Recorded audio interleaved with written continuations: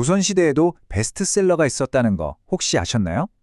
오늘 우리가 살펴볼 건 바로 그 옛날 이야기들인데요.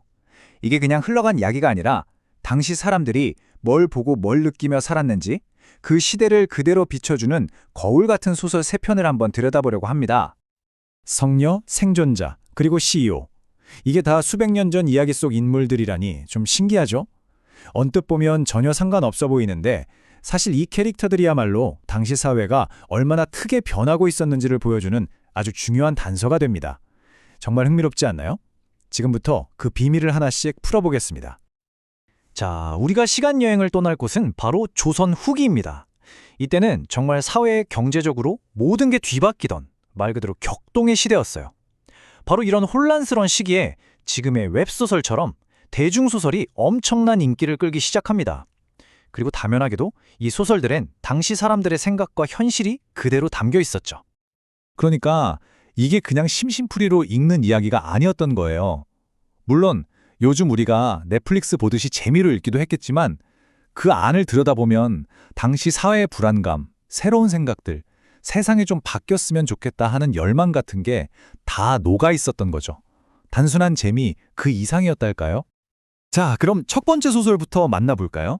바로 숙향전입니다. 이 이야기는 일종의 기준점이라고 생각하시면 돼요. 그러니까 당시 사람들이 생각하던 전통적이고 이상적인 세계가 어떤 모습이었는지를 딱 보여주는 그런 작품이죠. 이 숙향전은 딱 봐도 뭔가 신화나 잔설 같은 느낌이 확 들죠. 애초에 주인공이 하늘에서 죄를 짓고 인간 세상으로 쫓겨난 선녀라는 설정이거든요. 시작부터 스케일이 다르죠. 이런 걸 적강소설이라고 불러요. 말 그대로 하늘에서 내려온 인물의 이야기라는 뜻이죠. 여기서 중요한 건 주인공의 삶이 자기 의지대로 흘러가는 게 아니라 이미 정해진 거대한 운명에 따라 이리저리 끌려다닌다는 점입니다. 숙향의 인생을 한번 요약해볼까요? 정말 온갖 고생은 다 하는데 희한하게도 가장 결정적인 위기의 순간마다 갑자기 신적인 존재가 나타나서 짠! 하고 구해줘요. 숙향이 스스로 뭔가를 해결하는 장면은 거의 없다고 보시면 됩니다. 바로 이 부분이 핵심이에요. 숙향은 굉장히 수동적인 인물이죠. 그녀가 가진 유일한 무기는 그저 묵묵히 참고 견디는 선한 마음뿐이고 모든 문제의 해결은 하늘에서, 외부에서 다 해줍니다. 이게 바로 당시 사회가 이상적으로 생각했던 여성의 모습이었던 거죠. 자, 그럼 이제 두 번째 소설로 넘어가 볼까요? 옥단춘전입니다. 여기서부터는 분위기가 확 바뀝니다. 갑자기 엄청나게 현실적이고 또 실용적인 세계가 눈앞에 펼쳐지거든요. 옥단춘전에서는요, 뭐 하늘의 도움? 그런 거 없습니다. 대신에 돈과 심둔이라는 아주 지긋지긋하고 현실적인 문제가 이야기의 중심에 딱 자리 잡고 있어요. 숙향전의 판타지 세계랑은 완전 딴판이죠. 옥단춘의 행동 방식은 숙형이랑은 정말 180도 달라요. 사랑하는 사람이 집안이 망해서 위기에 처하니까 운명을 탓하며 기다리는 게 아니라 자기가 가진 모든 걸 다 동원합니다. 바로 돈과 지혜죠. 이걸로 아주 적극적으로 문제를 해결해 나가요. 네, 바로 그거예요. 옥단춘은 생존자 그 자체입니다. 누가 도와주기를 기다리는 게 아니라 자기 돈과 머리로 직접 자기 운명을 개척해 나가는 거죠. 아, 여기서부터 뭔가 시대가 바뀌고 있다는 느낌이 슬슬 오기 시작하죠? 자, 이제 마지막 인물입니다. 이분은 거의 뭐 현대 CEO라고 봐도 무방할 정도예요.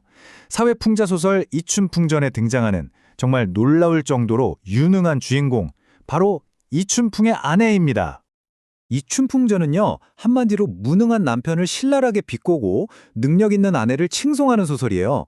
그래서 제목은 이춘풍전이지만 진짜 주인공은 남편 이춘풍이 아니라 바로 그의 아내입니다. 사고뭉친 남편이 집안 재산을 몽땅 날려먹는 그야말로 최악의 상황이 닥칩니다. 그런데 이 아내 주저앉아 울고만 있지 않아요. 오히려 엄청나게 대담하고 치밀한 계획을 세워서 정면으로 부딪힙니다. 심지어 남장을 하고 나타나서 남편을 골탕 먹여 정신 차리게 만들고 결국 자기 혼자 힘으로 모든 걸 다 되돌려 놓습니다.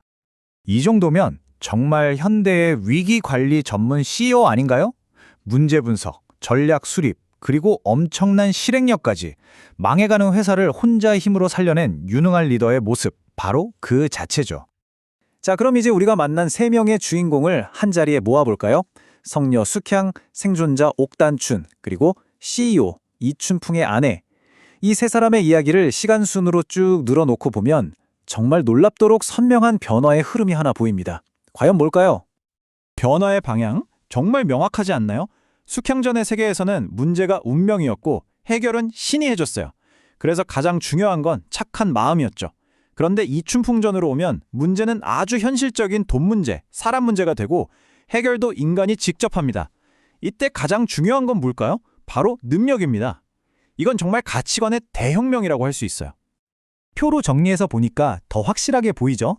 주인공들이 넘어야 할 산이 하늘이 내린 시련 같은 막연한 것에서 돈 문제, 무능한 남편 같은 아주 현실적인 문제로 바뀌고요.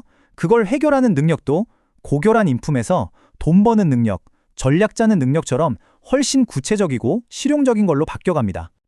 바로 이 말이 오늘 이야기의 핵심을 정확히 짚어주고 있습니다. 그러니까 이 소설들이 그냥 작가의 상상력만으로 이런 캐릭터가 있으면 재밌겠다 하고 만들어낸 게 아니라는 거죠. 실제로 변화하는 사회 속에서 나타나기 시작한 새로운 유형의 사람들을 예리하게 포착해서 이야기로 만든 겁니다. 자, 그럼 이 소설 속 주인공들의 변화가 대체 우리에게 뭘 말해주는 걸까요? 이건 단순히 소설 이야기에서 끝나는 게 아닙니다. 이 이야기들을 통해서 우리는 조선 후기라는 사회가 얼마나 거대한 전환점을 맞이하고 있었는지를 생생하게 엿볼 수 있는 거죠. 한번 정리해볼까요? 첫째, 사람들은 더 이상 운명 탓만 하고 있지 않았어요. 내 인생은 내가 개척한다는 주체성이 중요해졌고요. 둘째, 뜬구름 잡는 이상보다는 당장 먹고 사는 경제적 현실이 더 중요해졌습니다. 셋째, 바로 이런 흐름 속에서 돈과 실력을 갖춘 상인 계층이 힘을 얻기 시작했고요. 마지막으로 이 모든 변화를 대표하는 새로운 영웅으로 바로 능력 있는 여성이 주목받기 시작한 겁니다. 결론적으로 이 소설들이 그냥 재미있는 옛날 이야기가 아니라 지금까지도 중요한 의미를 갖는 이유는요. 당시 사회가 실용적인 능력, 똑똑한 머리 그리고 여성의 주체성 같은 새로운 가치들을 받아들이기 시작했다는 걸 보여주는 생생한 증거이기 때문입니다. 마지막으로 여러분께 이런 질문을 한번 던져보고 싶네요.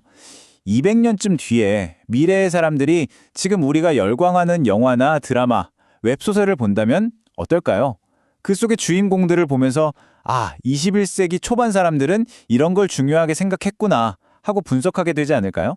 우리가 지금 조선의 베스트셀러를 들여다본 것처럼요. 한 번쯤 생각해 볼 만한 재미있는 상상인 것 같습니다.